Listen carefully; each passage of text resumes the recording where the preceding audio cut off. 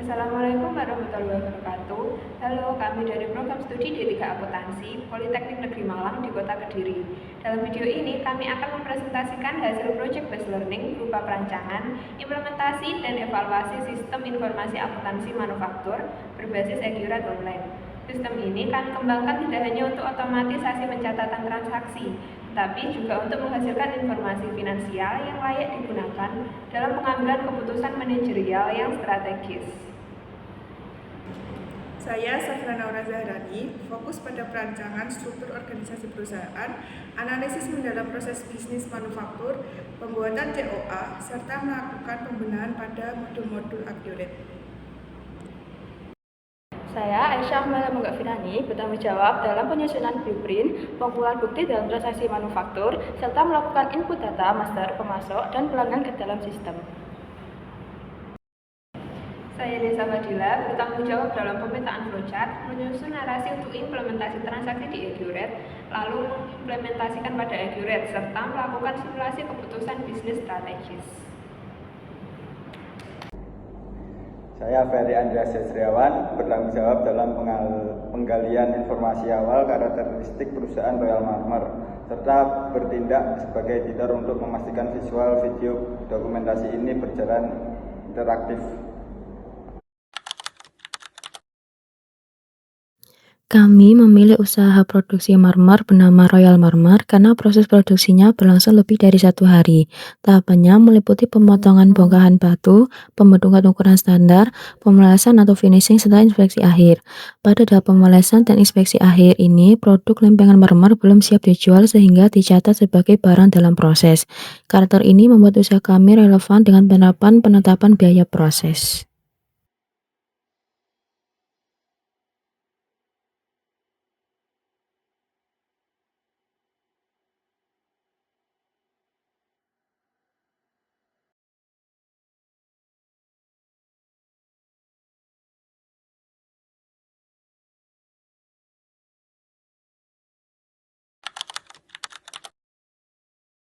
Ada flowchart pembelian kredit.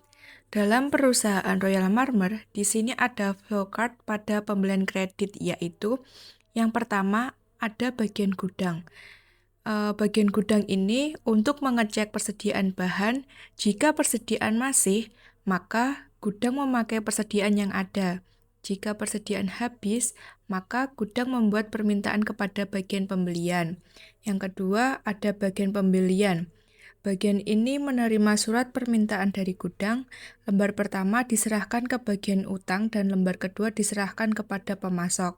Yang ketiga, ada bagian utang. Di sini, bagian utang menerima surat order pembelian dari bagian pembelian untuk pengecekan atau pembaharuan. Jika sudah membayar, tidak perlu meminta ke bendahara. Jika belum bayar, harus membuat surat permintaan pembayaran dan diserahkan ke bagian bendahara. Yang keempat, ada bagian bendahara, yang tugasnya menerima surat permintaan pembayaran dari bagian utang, seperti melakukan pembayaran ke pemasok, lalu membuat bukti pembayaran. Untuk lembar pertama, diserahkan ke bagian akuntansi, dan lembar kedua diarsipkan berdasarkan tanggal. Yang terakhir ada bagian akuntansi. Pada bagian ini, tugasnya menerima bukti pembayaran dari bendahara dan membuat penjurnalan seperti jurnal umum dan buku besar. Untuk penjualan tunai, di sini perusahaan kami memiliki 5 bagian, yaitu yang pertama ada bagian gudang. Di sini gudang mengecek persediaan bahan. Jika persediaan masih, gudang memakai persediaan yang ada. Jika persediaan habis, gudang membuat permintaan kepada bagian pembelian. Yang kedua, ada bagian pembelian. Ini menerima surat permintaan dari gudang seperti membuat surat order pembelian. Lembar pertama diserahkan ke bagian utang, lalu lembar kedua diserahkan kepada pemasok. Yang ketiga ada bagian utang. Bagian ini menerima surat order pembelian dari bagian pembelian untuk mengecek atau memperbarui. Jika sudah membayar, tidak perlu meminta ke bendahara. Dan jika boleh membayar, maka membuat surat permintaan pembayaran dan diserahkan ke bagian bendahara. Yang keempat, ada bagian bendahara. Di sini, tugasnya menerima surat permintaan pembayaran dari bagian utang untuk melakukan pembayaran ke pemasok dan membuat bukti pembayaran. Untuk lembar pertama diserahkan ke bagian akuntansi, lalu lembar kedua diarsipkan berdasarkan tanggal. Yang kelima, ada bagian akuntansi. Tugasnya di sini menerima bukti pembayaran dari bendahara dan melakukan penjurnalan seperti jurnal umum dan buku besar. Selanjutnya ada flowchart proses produksi. Proses produksi ini untuk perusahaan Royal Marmer terdiri dari 4 bagian. Yang pertama ada bagian admin penjualan, tugasnya menerima pesanan dari konsumen lalu membuat surat order produksi. Yang kedua ada bagian produksi, yang tugasnya menerima surat order produksi dari bagian admin penjualan, membuat pesanan, membuat perencanaan atau penjualan, melakukan proses produksi atau operasi produksi, menghitung akuntansi biaya, lalu menyerahkan produk jadi ke bagian gudang. Yang ketiga ada bagian gudang. Di sini bagian gudang menerima produk jadi dari bagian produksi, lalu menyesuaikan persediaan barang jadi dan memperbarui kartu persediaan barang jadi. Yang terakhir ada bagian akuntansi, yaitu menerima bukti-bukti transaksi dari bagian produksi dan melakukan penjurnalan seperti jurnal umum dan buku besar. Untuk penjualan kredit, di sini terdapat 3 bagian, yaitu bagian kasir, menerima pesanan dari pelanggan, dan membuat 4 nota. Untuk lembar pertama diarsipkan sementara berdasarkan tanggal, lalu lembar kedua diberikan ke bagian gudang, lembar ketiga diberikan kepada pelanggan, lembar keempat diberikan ke bagian akuntansi. Lalu menerima barang dari gudang untuk menyerahkan barang ke pelanggan dan menerima pembayaran dari pelanggan. Yang kedua ada bagian gudang, yaitu menerima nota, menyiapkan pesanan, memperbarui kartu gudang, serta menyerahkan barang ke kasir. Dan yang terakhir pada bagian akuntansi, yaitu menerima nota penjualan dari kasir dan membuat jurnal. Selanjutnya ada flowchart penjualan tunai. Untuk penjualan tunai, kami memiliki 3 bagian, yaitu bagian pertama ada kasir yang menerima pesanan dari pelanggan dan membuat 4 rangkap nota. Lembar pertama diarsipkan sementara berdasarkan tanggal. Lembar kedua diberikan ke bagian gudang. Lembar ketiga diberikan kepada pelanggan. Lembar keempat diberikan ke bagian akuntansi. Bagian kasir juga menerima barang dari gudang untuk menyerahkan barang ke pelanggan dan menerima pembayaran dari pelanggan. Yang kedua ada bagian gudang. Di sini gudang menerima nota, lalu menyiapkan pesanan, kemudian memperbarui kartu gudang dan menyerahkan barang ke kasir. Yang terakhir ada bagian akuntansi, yaitu menerima nota penjualan dari kasir dan membuat jurnal. Berikut adalah struktur organisasi Royal Marmer dan tugas dari masing-masing bagian, di mana pemilik bertanggung jawab penuh mengawasi seluruh kegiatan operasional, menentukan kebijakan strategis, mengambil keputusan penting terkait produksi, serta mengevaluasi kinerja setiap divisi agar berjalan sesuai tujuan perusahaan. Divisi pembelian bertugas melakukan pengadaan bahan baku dan bahan penolong, memilih serta menjalin kerjasama dengan pemasok berkualitas, mengelola ketersediaan persediaan agar proses produksi tidak terganggu, dan mencatat setiap transaksi pembelian. Divisi produksi bertanggung jawab mengelola bahan baku menjadi produk setengah jadi maupun produk jadi melalui 2 tahapan utama, yaitu Departemen 1 pemotongan untuk memproses marmer dengan membebankan biaya bahan baku, BTKL, dan BOP yang kemudian ditransfer ke Departemen 2, yaitu pemolesan menggunakan fitur proses transfer di accurate agar seluruh tambahan biaya pemolesan akhir tercatat secara runtun. Divisi pemasaran dan penjualan berperan memperkenalkan dan memasarkan produk melalui berbagai media, menyusun strategi penjualan, mengelola pesanan, serta melayani transaksi penjualan hingga memastikan pengiriman produk ke pelanggan berjalan tepat waktu. Untuk divisi keuangan, bertugas mengelola seluruh aktivitas finansial perusahaan, mencatat transaksi masuk dan keluar, mengawasi pengeluaran, mengatur pembayaran, penerimaan, penggajian, serta menyusun laporan keuangan sebagai bahan evaluasi kondisi bagi manajemen. Terakhir, divisi SDM bertanggung jawab penuh dalam mengelola proses rekrutmen serta mengatur pelatihan dan pengembangan keterampilan seluruh staf di perusahaan Royal Marmer. Melalui Blueprint Royal Marmer, operasional perusahaan dibagi ke dalam 5 lapisan. Lapisan pertama adalah physical evidence yang menunjukkan pelanggan dengan aset perusahaan, mulai dari katalog produk digital di website hingga aktivitas fisik berupa pengukuran lokasi dan pengiriman marmer. Pada baris Customer Action dan On-Stack Employee Action, staf administrasi bertugas menjawab pertanyaan, menjelaskan spesifikasi batu marmer, serta melayani pelanggan di showroom. Lalu, lapisan Basic Employee Action tempat proses konversi dimulai, di mana tim operasional melakukan koordinasi stok bahan baku, menyusun jadwal produksi, hingga melakukan quality control sebelum barang diserahkan kepada tim pemasangan. Support proses untuk mengintegrasikan fungsi administrasi penjualan dan pembelian, pengelolaan stok bahan baku dari supplier, serta logistik marmer. Di titik interaksi internal inilah sistem akuntansi manufaktur merekam pergerakan nilai real, di mana saat administrasi pembelian berjalan, persediaan bahan mentah dicatat, dan saat beralih ke pengelolaan stok pabrik, biaya secara otomatis bertransformasi dari akun bahan baku menjadi komponen work in process atau WIP. Pemisahan batas visibilitas dan interaksi ini memastikan seluruh fungsi departemen saling mengontrol sehingga memperkecil risiko kesalahan data operasional dan mencegah pemborosan material di lantai produksi Royal Marmer.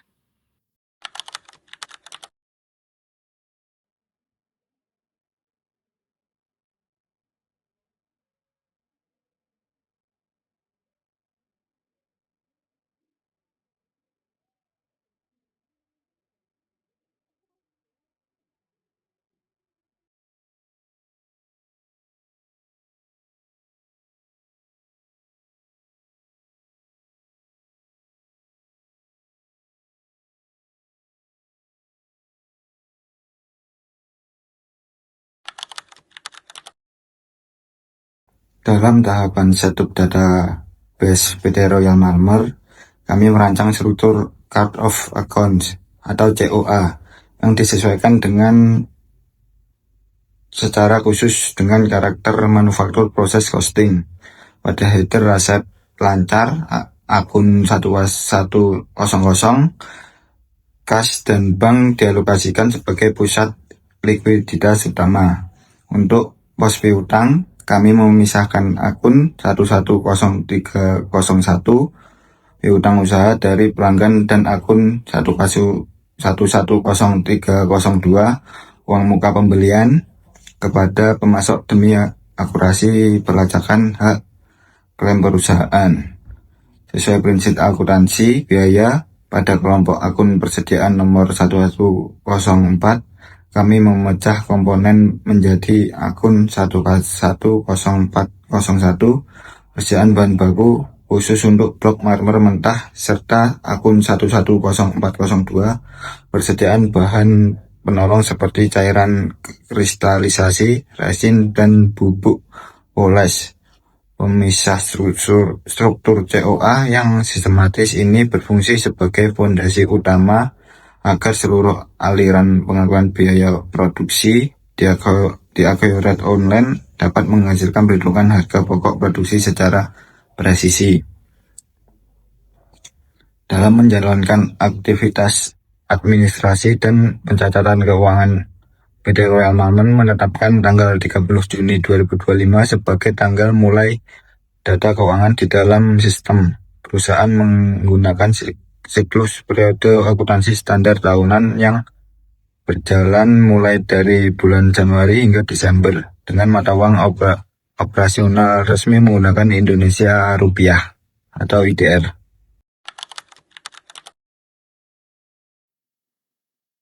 Baik, untuk mencatat pembelian bahan baku secara kredit, langkah pertama kita masuk ke modul pembelian, lalu pilih pesanan pembelian.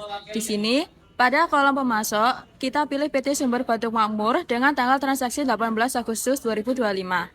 Kemudian, pada bagian barang, kita masukkan marmer yang merupakan bahan baku utama kita. Kuantitasnya diinput sebesar 7 ton dengan harga satuan 5 juta rupiah, sehingga total harga sebelum pajak muncul sebesar 35 juta rupiah.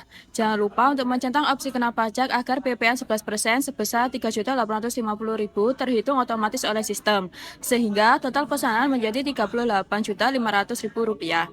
Terakhir, pada info lainnya kita beri keterangan pembelian bahan baku 3 Agustus 2025.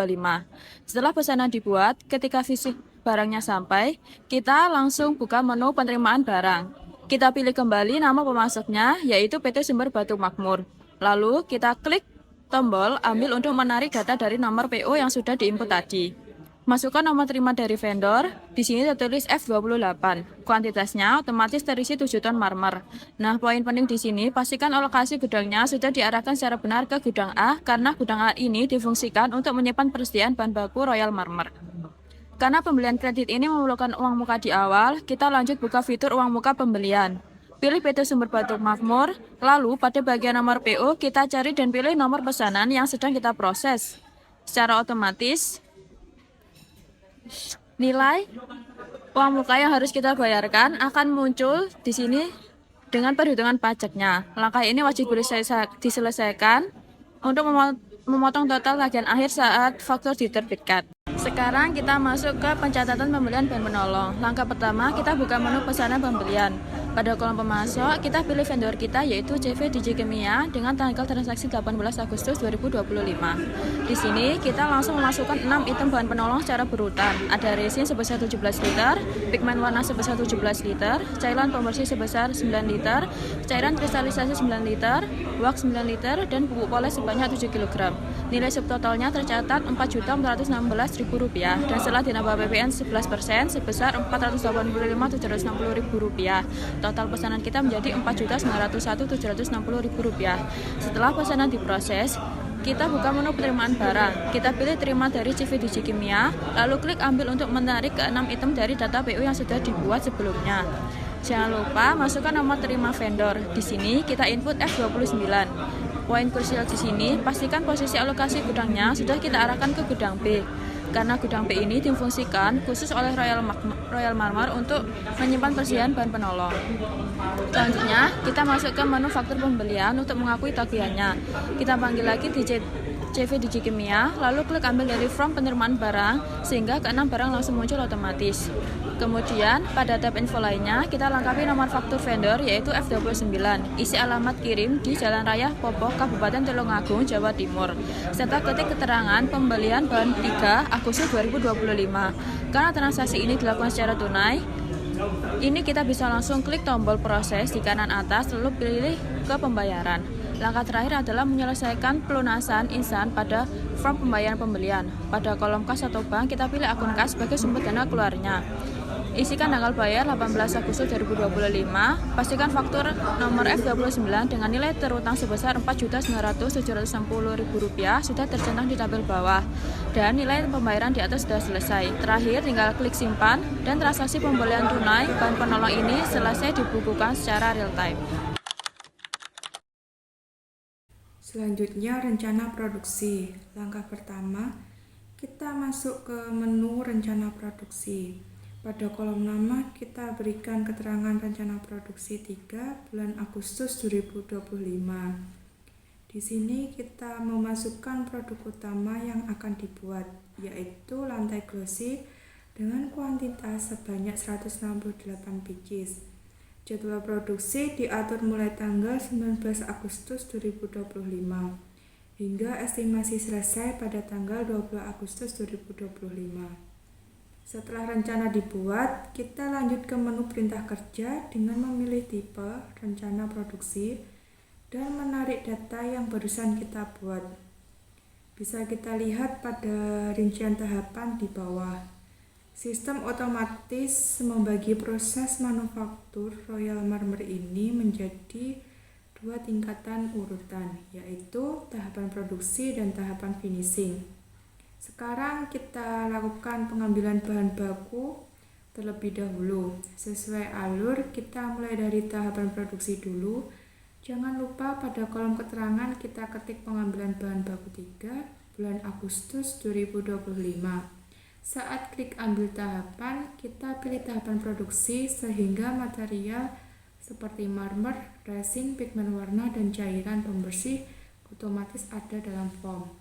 Sebelum mesin mulai berjalan, kita konfirmasi fisik materialnya di menu persiapan bahan baku. Kita klik data nomor perintah kerja kita, lalu klik tombol ambil, lalu centang data pengambilan bahan baku untuk tahapan produksi yang bermaterial marmer tadi. Kemudian klik lanjut. Setelah bahan siap, kita beralih ke menu tahapan proses. Di sini urutannya sangat krusial dan tidak boleh terbalik. Pertama, pilih nomor perintah kerja, Pilih tahapan produksi, lalu checklist tipe proses mulai. Isikan kuantitas 168 pieces, kemudian klik simpan. Jika pengerjaan fisik tahap awal sudah disimpan, kita buka kembali menu tahapan proses yang sama. Pilih kembali data perintah kerja dan tahapan produksi kita. Namun, kali ini ubah tipe proses menjadi selesai. Lalu klik simpan. Karena tahapan proses produksi pertama sudah selesai, kita kembali ke menu pengambilan bahan baku untuk melanjutkan tahapan kedua. Kali ini, pada menu filter tahapan, kita pilih tahapan finishing. Sistem akan langsung memunculkan bahan pendukung akhir seperti paku dan packaging. Jangan lupa untuk dicentang lalu klik lanjut dan simpan. Sama seperti tahapan produksi sebelumnya, kita lakukan konfirmasi akhir di menu persiapan bahan baku. Klik ambil, lalu centang dokumen pengambilan bahan baku yang berisi material finishing tadi, lalu klik lanjut. Setelah bahan pendukung siap, kita masuk kembali ke menu tahapan proses untuk memulai pengerjaan akhir. Pilih nomor perintah kerja, lalu arahkan tahapan produksi ke tahapan finishing. Di bawahnya, pastikan tipe proses yang tercentang adalah mulai dengan kuantitas penuh 168 pieces, lalu klik simpan. Kalau sudah klik mulai pada tahapan finishing tadi, kita buka kembali form tahapan proses. Ubah tipe prosesnya menjadi selesai untuk pengerjaan di lantai glossy. Kemudian klik simpan. Jika tahapan proses sudah selesai, saatnya kita memasukkan produk ke gudang melalui menu penyelesaian barang jadi. Klik nomor perintah kerja, masukkan tanggal penyelesaian yaitu tanggal 20 Agustus 2025. Di tabel bawah akan otomatis muncul produk lantai glossy sebanyak 168 pieces dengan tipe kode INV002 yang siap masuk sebagai persediaan barang yang akan dijual. Untuk memvalidasi keberhasilan operasional kita bisa mengecek menu monitor perintah kerja. Dapat kita lihat di layar, kondisi papan pantau saat ini bertuliskan belum ada data. Berarti ini adalah indikator akurat bahwa antrian produksi kita sudah 100% sukses diproses dan tidak ada lagi tanggungan kerja yang tertinggal. Terakhir, seluruh aktivitas dan runtutan proses tadi terekam sempurna di dalam historis perintah kerja. Di sini terlihat jelas bagian alur dari work order nomor 00003 mulai dari pengambilan bahan baku utama, pencatatan proses mulai dan selesai untuk tahapan produksi. Berlanjut ke pengambilan bahan pembantu finishing, pengerjaan proses finishing hingga penyelesaian barang jadi berkode FGS dengan progres penyelesaian mencapai angka mutlak yaitu 100%. Selanjutnya, penjualan kredit. Sekarang kita masuk ke pencatatan transaksi penjualan kredit. Pertama, buka menu faktur penjualan. Pada kolom pelanggan, pilih C0002 Toko Gemilang dengan tanggal transaksi 1 Agustus 2025. Kemudian, pada rincian barang, kita masukkan item yang dijual yaitu INV001 lantai mid. Kuantitas yang terjual adalah seluruh stok yang bisa dijual, yaitu sebanyak 84 pieces dengan harga per unitnya sebesar Rp450.000, sehingga subtotal harganya tercatat Rp37.800.000. Pastikan pajak PPN 11% sudah tercentang dan alokasi pengeluaran barangnya diambil dari gudang utama. Lalu, klik lanjut. Selanjutnya, klik tab info lainnya. Pada kolom alamat, pastikan sudah terisi alamat pengiriman Toko Gemilang di Jalan Supriyadi nomor 18. Di bagian info pajak dan pengiriman, sistem otomatis mencatat tanggal faktur pajak serta tanggal pengiriman di tanggal yang sama, yaitu tanggal 1 Agustus 2025. Bisa kita lihat akumulasi totalnya di bagian bawah dari nilai subtotal sebesar Rp37.800.000. Setelah ditambahkan PPN 11% sebesar Rp4.158.000, Maka nilai total piutang penjualan kredit kepada toko gemilang ini sebesar Rp41.958.000. Terakhir, tinggal kita klik tombol simpan di kanan atas. Selanjutnya, pada laporan laba rugi multiperiode, PT Royal Marmer mengumpulkan total pendapatan penjualan sebesar Rp600.600.000 setelah dikurangi jumlah beban pokok penjualan akumulatif sebesar Rp333.228.640.000. Perusahaan menghasilkan laba kotor sebesar Rp267.371.360.000. Di sini terlihat adanya akun selisih biaya produksi sebesar minus Rp500.000. Selisih minus ini berarti biaya aktual lapangan lebih kecil dari biaya standar, yaitu favorable variance. Ini membuktikan produksi sangat efisien setelah dikurangi beban operasional. PT Royal Marmer sukses membukukan laba bersih akhir yang sangat sehat mencapai Rp235.327.610.000. Yang terakhir, laporan arus kas multiperiode metode langsung menunjukkan bahwa aktivitas operasi menghasilkan surplus kas bersih sebesar Rp268.408.860.000 pada bulan Juli dan Rp213.562.452.000 pada bulan Agustus. Penurunan saldo kas di akhir bulan Agustus murni disebabkan oleh arus kas keluar dari aktivitas pendanaan, yaitu penarikan prime pemilik sebesar 600 juta dan bukan karena penurunan kinerja operasional pabrik. Pada laporan neraca multiperiode per 31 Agustus 2025, jumlah aset PT Royal Marmer tercatat sebesar Rp2.975.388.50.000 yang didominasi oleh saldo kas dan bank sebesar Rp905.368.562.000, piutang usaha sebesar Rp153.475.000, serta nilai buku aset tetap bersih sebesar Rp1.881.925.000. Di sisi liabilitas, posisi utang usaha perusahaan tercatat sebesar Rp0, yang menandakan komitmen jangka pendek dilunasi dengan sangat baik. Struktur aset ini seimbang dengan jumlah kewajiban jangka pendek sebesar Rp340.440.440. Ditambah ekuitas akhir sebesar Rp2.635.327.610.000. Perolehan laba bersih tersebut secara langsung mempengaruhi posisi modal pada laporan perubahan ekuitas pemilik.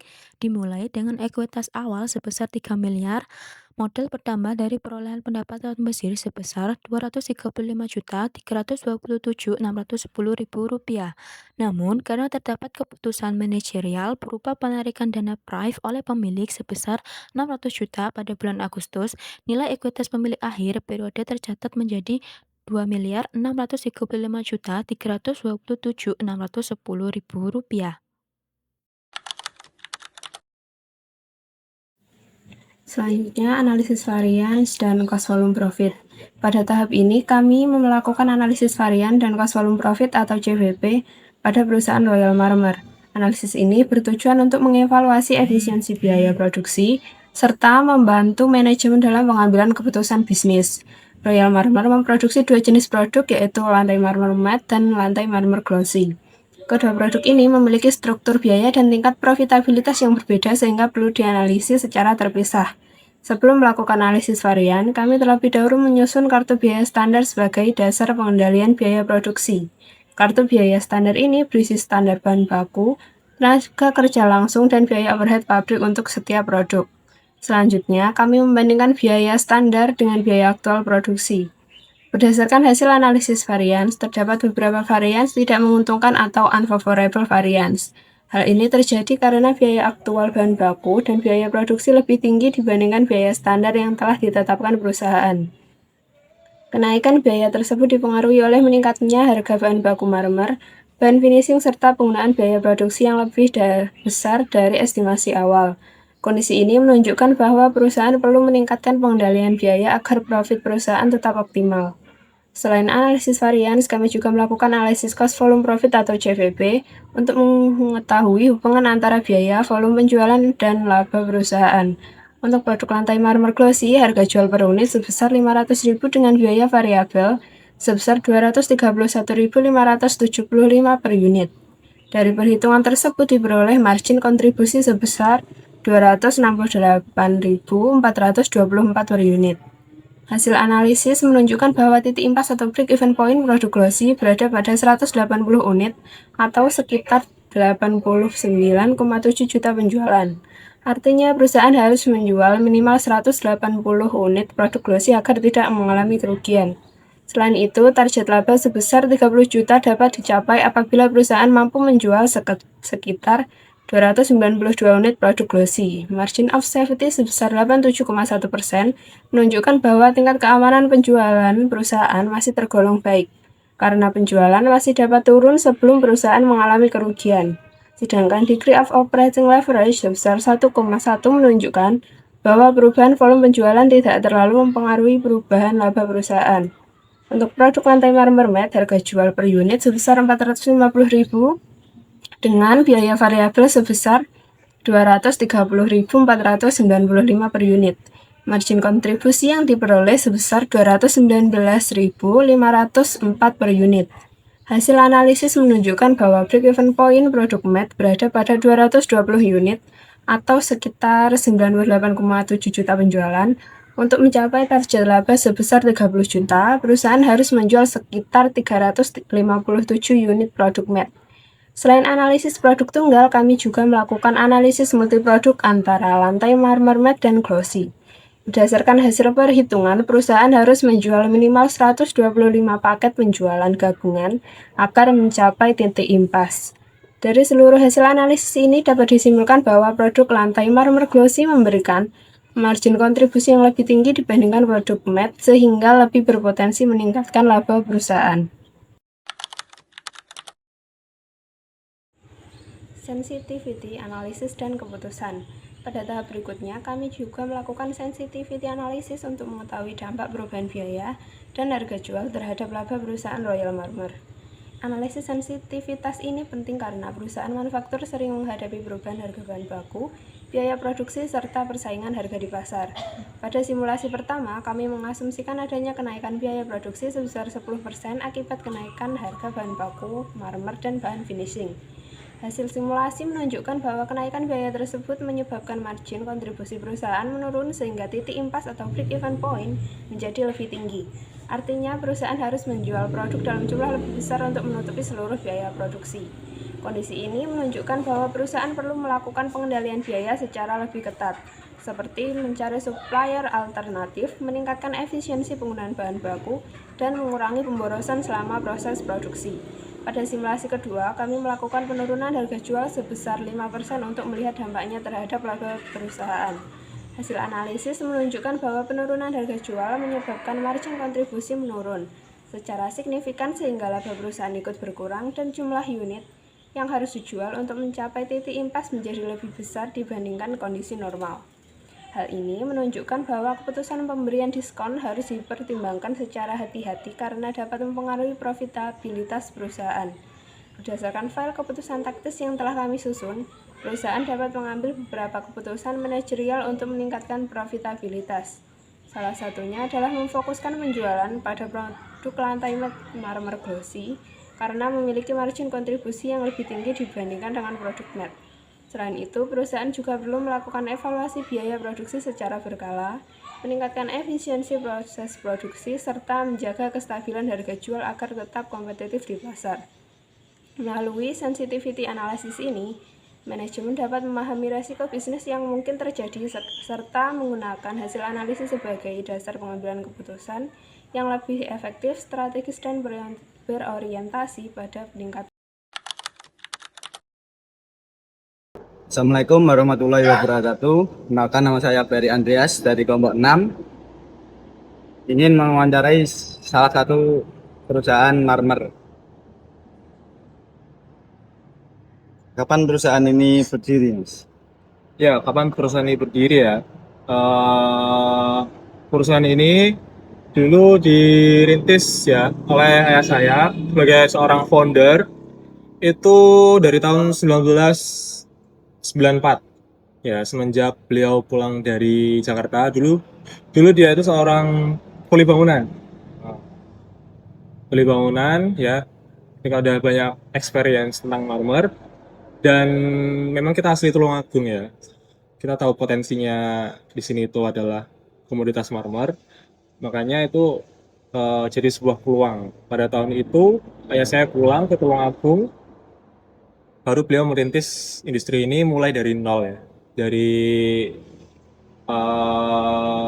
yang masih kecil, masih alat potongnya itu masih sedikit sampai sekarang ini. Oh, apa latar belakang atau alasan pendirian perusahaan ini? Ya, seperti yang saya bilang tadi, latar belakangnya adalah eh, kita tinggal di area yang dimana potensinya itu cukup jelas dan prospek ya buat kedepannya, apalagi di bidang industri properti dan sebagai salah satu kota penghasil marmer terbesar di Indonesia ya. Gitu. Untuk alamat lengkap perusahaan ini, Mas? Alamatnya ada di Desa Gamping, Kecamatan Tabuk Campur Darat, Tulungagung. Bagaimana struktur organisasi perusahaan ini? Struktur organisasi ya. Struktur organisasi kita masih pakai secara tradisional ya, karena di sini integritas kita itu masih memberdayakan para tenaga kerja sekitar atau masyarakat sekitar, yang dimana kita harus menyesuaikan sumber daya yang ada. Makanya untuk struktur organisasi dari founder langsung ditemani dengan co-founder yaitu saya, kita langsung sebagai manajer produksi lapangan dan keuangan. Untuk keseluruhan karyawannya ada berapa, Mas? Untuk saat ini total ada 7 karyawan. Ya. Kalau dulu itu tahun 1999 sampai 2010 itu kita hampir 30 orang. Karena ya semenjak tahun 2010 sampai sekarang kita lalui ketidakpastian ekonomi yang sangat-sangat fluktuatif. Makanya kita lakukan efisiensi pekerja. Ya, itu adalah strategi gimana kita bisa menekan beban pengeluaran itu sih. Bagaimana pembagian tugas dan tanggung jawab antar karyawan? Oke, di belakang di produksi itu ada beberapa tahap ya, dari batu balok yang kita terima dari supplier ya. Di sini ada proses pembentukan balok ya, atau kalau kita bilang itu modeling. Dari bongkahan balok yang tidak berbentuk itu kita bikin kubus terlebih dahulu, itu tahapan pertama. Lalu next step kedua kita bikin slab per lembar, itu kita potong menjadi lembaran tipis dengan ketebalan 1,8 sampai 2 cm ya. Setelah itu kita masuk ke proses kalibrasi. Proses kalibrasi itu adalah menghilangkan sudut-sudut yang tidak rata. Jadi di proses kalibrasi itu kita langsung bikin ukuran kelipatan 30, 40, dan 60 sampai 60 kali 120. Setelah itu proses finishing biar jadi gloss atau matte. Lalu kita bawa ke depan ya, ini di sini ada gudang. Nah, ini proses terakhir untuk tahap penjualan. Untuk jam kerja karyawannya itu kan? Ya, jam kerja dari jam 7 sampai jam 4 sore. Kalau sistem penggajian karyawannya itu bagaimana? Nah, sistem penggajian ya, itu kalau penggajian ada 3. Yang pertama modeling tadi, itu pakai gergaji pisau yang besar. Itu jari-jarinya yang kita punya itu 80 cm. Jadi kalau diameter 150 cm ya, itu dibikin model kubus. Jadi baloknya besar, bisa berapa ya? 2 meter kali 2 meter kali 2 meter itu 8 meter per 8 meter kubik lah ya. Dari balok tadi terus kita bawa ke mesin gergaji satunya, itu dibikin slab per lembar. Itu kayak kalau kita bilang itu dirajang jadi slab. Nah, setelah jadi slab itu baru kita pindah ke mesin gergaji yang kecil, itu kita kalibrasi untuk dijadikan ukuran kotak-kotak. Hewan di sini bagaimana? Jadi ya, pengajian kita setiap 1 minggu. Itu di akhir pekan hari Sabtu. Gitu. Untuk jenis produk yang dihasilkan perusahaan ini, Untuk jenis produknya kita ada flap ya. Flap itu untuk lantai, untuk dinding. Jadi kita khusus spesialis produksi slab. Ada 2 jenis slab. Itu dengan finishing glossy sama finishing matte. Itu tuh. Karena gunaan dari masing-masing finishing ini juga beda. Ada yang untuk interior, ada yang untuk eksterior. untuk bahan baku dan bahan penolong yang digunakan itu apa aja? Ya, bahan baku pastinya batu ya, batu asli natural dari alam. Untuk penolong itu kita ada beberapa tahap. Jadi kalau untuk tahap pemotongan kita itu pakai segmen kecil ya. Segmen itu metal, dia bisa dari titanium sama campuran batu berlian. Itu buat motong batu. Ntar kalau dibawa ke Tapoles itu kita pakai tubo kristal buat jadiin dia jadi ini apa glossy. Terus untuk packing kita tambah sama ini kayu buat putih. Ya. Apakah ada pemasok utama bahan baku perusahaan? Ada apa? Pemasok utama? Pemasok utama bahan baku. Ya. Maksudnya dari daerah sekitar gitu ya. Oke. Iya, kita pasokan bahan baku dari berbagai daerah ya. Yang pertama, signature materialnya itu memang asli dari Tulungagung. Itu sama tempat produksi ini kurang lebih sekitar 2 kilo, jadi dekat kali. Terus untuk jenis batu lain, kita juga ngambil dari Ponorogo, dari Trenggalek, dari Makassar juga. Iya. Untuk harga jual produknya itu kisaran berapa? Harga jual, oke. Jenisnya batu beda ya. Harga jual itu ada batu yang mulai dari untuk yang tipe glossy itu ada batu yang mulai dari harga 200.000 per meter sampai 350.000 per meter. Itu untuk ukuran 60 kali 120. Jadi di sini informasinya saya bikin rata semua ya, standar untuk ukuran 60 kali 120 cm. Itu per meter ada yang mulai dari 200.000 sampai 350. Nah, sedangkan untuk batu yang matte atau yang memiliki profil kasar permukaannya itu per meter dari 150 sampai 200. Bagaimana cara pelanggan melakukan pemesanan produk? Oke. Pelanggan melakukan pemesanan produk ya. Sejauh ini channel kita itu kita pakai digital marketing sama plan marketing. Jadi pelanggan bisa direct langsung ke gudang kita, bisa melakukan pemesanan secara langsung ya. Yang kedua bisa pesan melalui online. Kita pakai Instagram, ada TikTok, nanti direct by WhatsApp. Gitu. Untuk tahapan proses produksi dari awal hingga produk jadi itu gimana? Ya, dari awal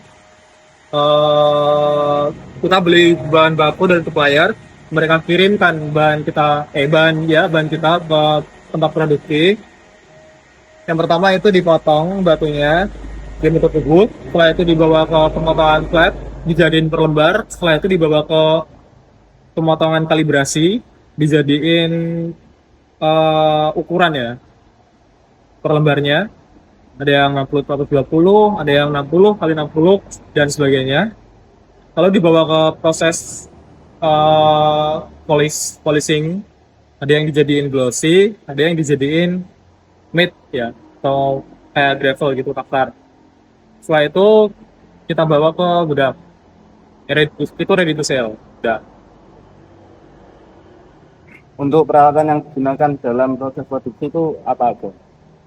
Peralatannya, ini banyak sekali ya. Tapi saya ambil yang pasti penting ada dan bisa dipahami.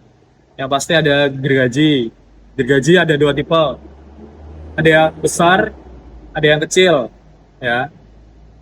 Terus ada mesin polishing. Ada apa lagi ya? Oh ya, torch. Torch itu buat ngasih finishing matte. Jadi itu di torch pakai pakai oksigen. Bikin apa? Apa ya? Pokoknya pakai tabung lah. Ini bukan oksigen. Itu. Kalau alat yang lain ya pasti ada dinamo, pasti ada hidrolik, ada katrol, ada crane ya buat buat ngangkat batu, terus ada rantai dan lain-lain. Apa saja biaya overhead yang dikeluarkan perusahaan? Biaya overhead, biar overhead ini biaya yang ini ya, yang nggak terlibat dalam produksi produk, benar? Iya, beneran. Ya, ya. Biaya overhead itu kita ada sewa listrik, ada turnanya sewa listrik, pasti saya butuh WiFi bagi internet ya untuk digital marketing. Ada biaya transportasi ya, bensin. Kalau kalau beli alat ada yang rusak pakai truk atau mobil.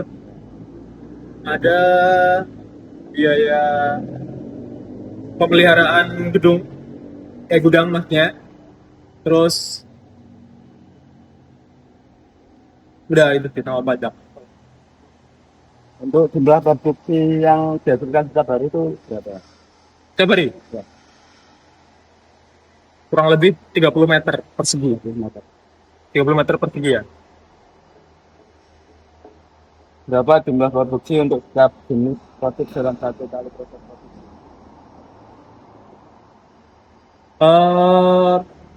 Tidak ada patokan kayak gitu, tergantung ya. Soalnya kita produksi itu biasanya by order. Kalau order masuk kita produksi.